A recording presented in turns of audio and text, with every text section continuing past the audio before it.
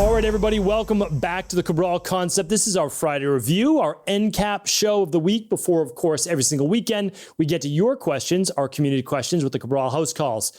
Today is episode 3108, is an important number. You're going to want to check it out by going over to StephenCabral.com/3108. And that is because I'm going to link up all of the research from today's show. So every single week, I try to bring you a book review or at least an article that's worth reading that I think is worth your time.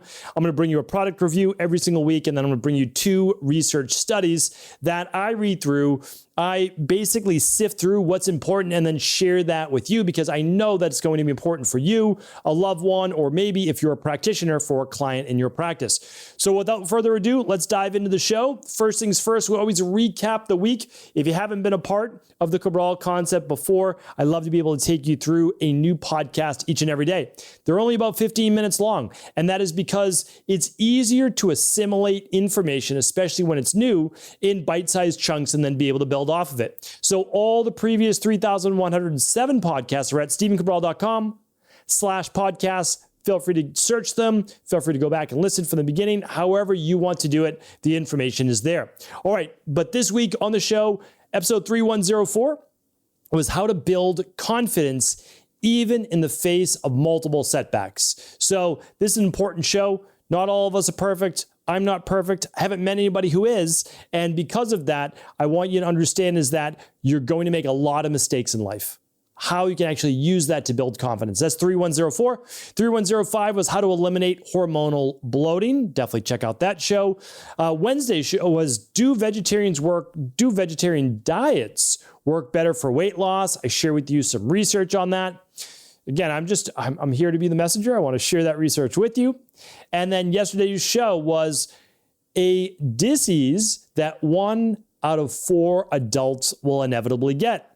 What you can do about it, how you can reverse it. That was yesterday's show in 3107. All right, let's dive right into our product review of the week. Okay, so that product is called Psyllium Husk. This is one of those products that I've spoken about many, many years ago, but I wanted to bring it back around. Why this is so important is that it's kind of a boring product. It's like a vitamin D3 or a magnesium, things that almost every human should take. The only reason why omega-3 isn't a boring product as well is because someone always loves to bring some type of controversial, news or whatever around it. But even though the studies are overwhelming, but Psyllium Husk, really the only negative drawback for many people is that it is a product they don't know that could contain mold or heavy metals or be contaminated with glyphosate, right? So that's the only negative because the benefits are really overwhelming for taking 1, 2, or 3 servings per day. So much so that it can dramatically improve your blood sugar levels, dramatically improve healthy levels of cholesterol, improve your overall bowel detoxification. So it helps with loose stool or it helps with constipation. It helps with IBS-based symptoms in individuals. It helps with blood pressure. And so hypertension. It can help get more soluble fiber into your diet. It can help with, as I said, bowel transit time, so you don't feel bloated and gassy all of the time. So those are just some of the main benefits, but blood sugar, cholesterol, bowel detoxification, and the last one would be just overall benefits in satiety, so satiation. So it's a boring product. It's literally all natural psyllium husk that you can add to your smoothie every day, a green juice, a cup of water, however you want to do it. You can take it with meals. That's typically how it's used. And it will help with glycemic control. It will help with cholesterol. It will help with so many different things. So it is something that we've recommended for quite some time. It is in our daily nutritional support powder. So you get about 1 serving right there, but you can use an additional 1 to 2 additional servings per day. That is what I recommend for anybody working to balance healthy levels of blood sugar, healthy levels of bowel transit time, healthy levels of cholesterol, healthy levels of blood pressure, etc. So again, not providing any medical advice, medical treatment plans, medical cures, but it is a product that we see work over and over.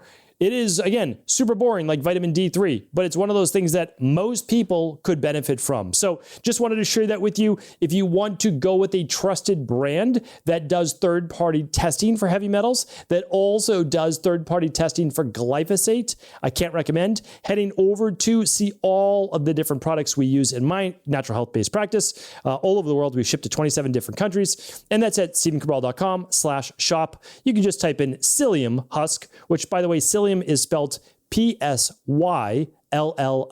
So a little strange there, but P-S-Y, you type that in, you'll see it start to populate.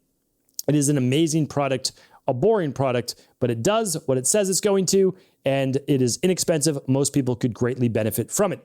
If you ever want more research on it, I've done shows on it in the past, but you can literally type in Psyllium Husk and cholesterol, Psyllium Husk and blood sugar, Psyllium Husk and IBS. Like you could just type it in, Psyllium Husk and blood pressure, and you'll see all the different correlated research. It's very impressive. So just wanted to share that with you and just bring it back to your radar because, again, there's so many different great natural health products out there, but sometimes we're going for all of the ones with the, the shiny labels. And really what you want are the foundational products, a boring daily activated multivitamin, a boring vitamin D3, boring omega-3s, boring Psyllium Husk, right? Like all these products, boring, good quality probiotic. Like all of these things matter, and they matter more than all of the flashy, shiny ones. So some of those can be really great.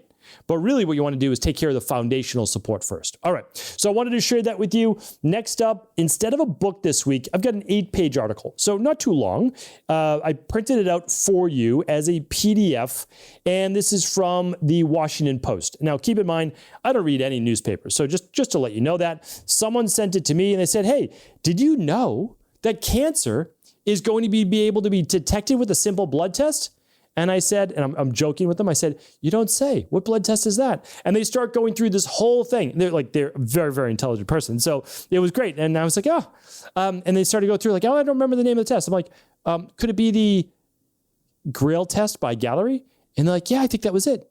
How do you know? I was like, well, it's already been out for years, right? So I just want to share with people, this is what we try to do in the Cabral Concept. I don't make things up, right? That's the thing you have to understand is that my goal is to sift through the plethora of information out there, find out what's actually useful, what's viable for my private practice. Does it work? Yes or no? We bring it out to the public. Like that's what we do. And this has been around for years now. And I've taught it inside of High Performance Health, starting to almost 2 years ago now, and it is absolutely amazing. Now, here's the thing. It's expensive, and it is typically only for people ages 55 and older. You can request it by your doctor. You can choose to run this blood work at a younger age with, doctors write-off, or you can find it online on your own. I share with you how to find it online in High Performance Health. I'm not going to put that out to the public quite yet because I don't know that I'm legally supposed to, but it's in High Performance Health. I just have to state, because this could be banned on YouTube as well, but I'm not providing any medical advice, medical treatment plans, medical cures, medical diagnosis. I'm not saying that this is going to be a treatment for anything, okay? So just putting that out there because we already were shut down for 7 days on YouTube for literally mentioning the C word. So, okay, let's take a step back. The Grail Test by Gallery. Yes, it is viable. Yes, it is excellent. Is it better than a full body MRI? The answer is no, it is not. Is it a great next best? Yeah, you could look at it that way as a whole body. Now, how can I put this out without getting banned? I'll put this on today's podcast because I can put anything I want on my own website. So if you go to stephencabral.com/3108, I will put the honest viability this year, right, as of this year, of the Grail Test. So you'll see that it's extremely viable. What does that mean? Extremely accurate. It tests about 50 different blood markers, like all the organs in your body. It's incredible. And so for example, pancreatic cancer. Very dangerous. It's very accurate at actually detecting pancreatic cancer, where it's not so accurate at detecting thyroid-based cancer, right? And so that just letting you know, but you don't throw the whole baby out with the bathwater, right? You take what's great for and what has a lower percentage. Now, even though thyroid's only like 20% accurate, well, if it catches something, it catches it, but 8 out of 10 times it may not. Now, for pancreatic cancer, it's like 9 out of 10. It's very impressive.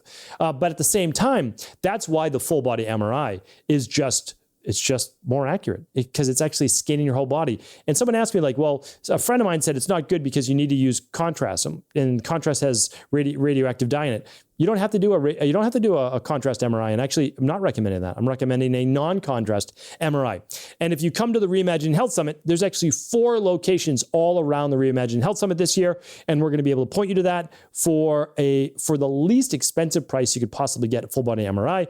We don't get any commission or anything like that from it. We just want to share with people, while you're already there for the Reimagined Health Summit, why not get your first torso scan or full body MRI to look for both Alzheimer's and cancer? So it's very impressive. Remember, you can do something about this. Like, that's the thing. You want to catch cancer at stage 0 or stage 1, and then you can really, your chances of beating are 80 to 90+%. So that's what we want to help people with. It really is all about prevention. That's the goal. And I have my own cancer-based full research article coming out in just a couple weeks.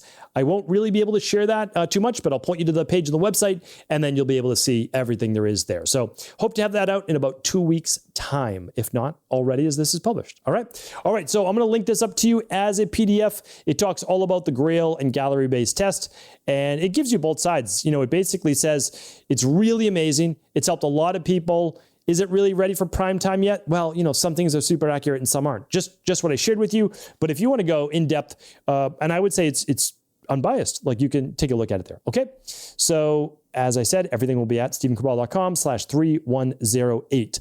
Let's dive in now to our 2 research studies. We actually have one on weight loss and one on preventable cancer as well. Okay. So the first one is this. This is from, let's see, it is only 2 weeks ago that this came out. Actually, this came out a while back, a couple of years back. I thought it bared repeating though, kind of like that Psyllium Husk. Kaiser Permanente, a study of nearly 1,700 participants shows that keeping a food diary can double a person's weight loss.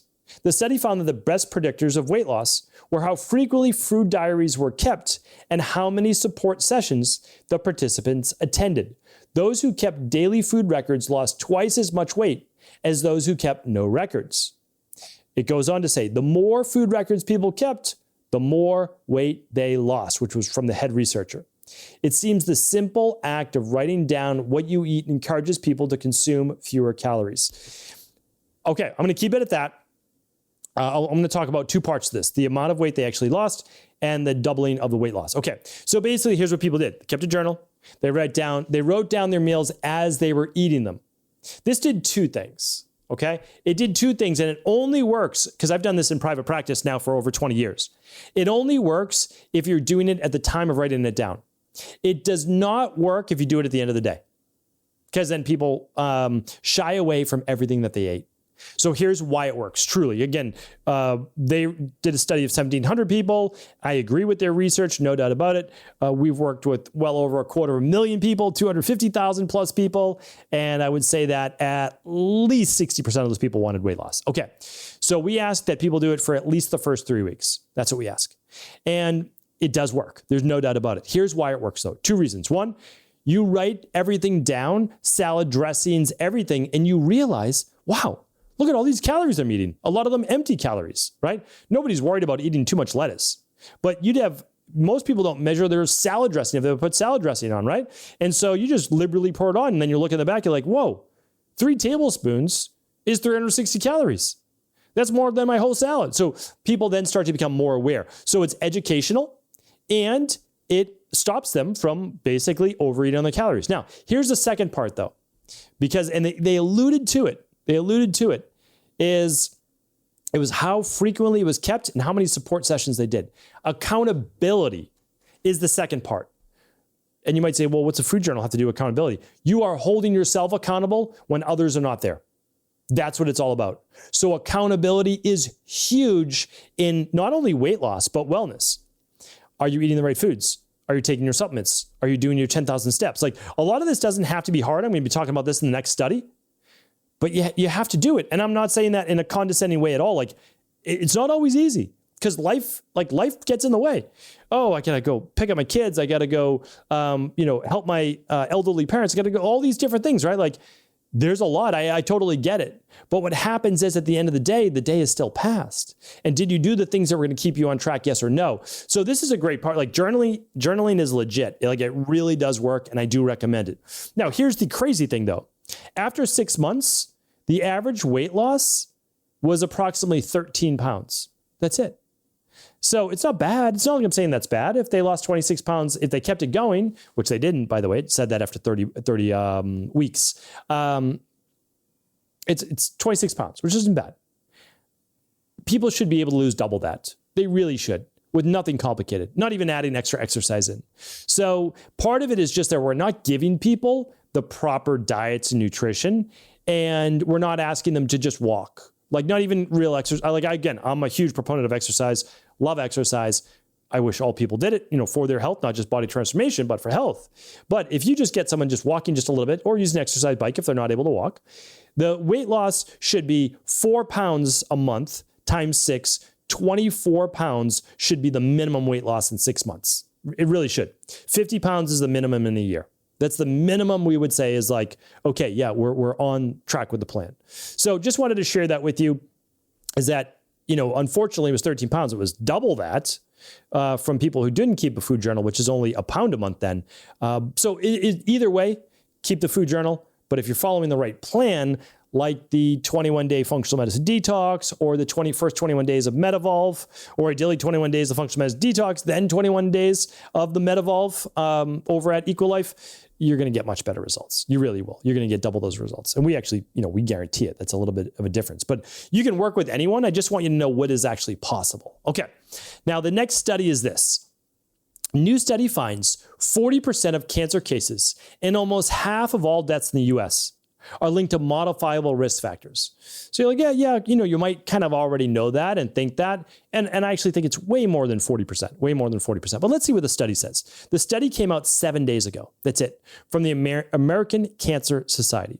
A new study finds 4 in 10 cancer cases and about 1/2 of all cancer deaths in adults 30 years and older in the United States, or about 714,000 cancer cases and about 262,000 cancer deaths in 2019, could be attributed to modifiable risk factors, including cigarette smoking, excess body weight, alcohol consumption, physical inactivity, poor diet, and infections. Let's dig deeper now into what all of that means. Like, what are they really talking about, infections? All right, so I read the research, went into it for you. Here's what they're talking about. Okay, so we are looking at, they looked at 30 different cancer types. Risk factors included cigarette smoking, current and former smokers. Obviously, the sooner you stop, the better. Secondhand smoke counted as well. Excess body weight. We're talking about a BMI above a 25, but really above a 29. So excess body weight, obesity above a 29 for BMI. Alcohol consumption. We know that it's more than 3 drinks a week for men or 2 drinks a week for women. Consumption of red and processed meat. I'm not talking about grass-fed meat and all that, but again, I don't know that you should overdo it. I really don't. I'm just putting it out there. We don't have great research that it says like you're all in the clear. We just know it's not as dangerous. Okay, so I just want to share that with you. Follow more of a Mediterranean diet. Okay, low consumption of fruits and vegetables. So people need to eat more fruits and veggies for the antioxidants, the fiber, etc. Low dietary fiber, another issue. Low dietary calcium. They said it was another issue. There's way more vitamins to be deficient in than calcium, and calcium's a mineral, but you know what I'm saying. Not enough physical activity. Okay. Too much UV radiation. Infection with Epstein-Barr virus, H. pylori, hepatitis B, hepatitis C, herpes virus 8, and HIV, as well as HPV. Now, those would all be current active viruses. Many people have had Epstein-Barr virus before, so don't worry about that. It would be active Epstein-Barr virus, right? So that's really what we're talking about, continuing to be active, okay? H. pylori. Well, about 25% of the world, 30% get H. pylori. So it's active H. pylori infection. Okay, so I just wanted to share those with you. Now, a little bit more. This one line matters. The results showed cigarette smoking had the largest population attributable fraction or proportion of cancer cases attributable to risk factors in the population. The second highest was excess body fat. So if you could only do 2 things, and you were to not smoke, don't breathe smoke into your lungs. And the second, maintain a healthy weight. That's why I'm always saying that. I mean, every single week on a Cabral Concept Wellness and Weight Loss Wednesdays is just, it's not about vanity. I want people to be healthy. I want them to enjoy life. I want them to be pain-free. I want them to be happy. That's really what it's about. So don't smoke, maintain a healthy body weight. Everything else really after that comes second. Now, there's a lot of things that have to happen to make that happen, but the truth is, on your way to getting to a healthy body weight, you're getting so much healthier inside as well. So hopefully this was helpful. I'm going to link up all these studies. I can't link up nutritional supplements, but I can certainly link up all of the information, and then you can find your way over to stephencabral.com/equalife or stephencabral.com/shop. Takes you to the same place for any of the things that we use in our practice. Of course, you're always welcome to go with an integrative health practitioner. You're welcome to go with your local naturopathic doctor. Always up to you. I just want to bring you the information. All of that is linked up today at stephencabral.com/3108. Have an amazing rest of the day, and I'll be back tomorrow with a brand new Cabral Husk call. Take care. Thanks so much for tuning into today's show. Before you go, don't forget to hit that subscribe button. I want to make sure that you're getting our daily content, not missing out on anything functional medicine, wellness, weight gain, weight loss, anti-aging, living longer, stronger, and all of the most cutting-edge research. And if there's any topics you want to hear, feel free to leave them in the comments below. Take care.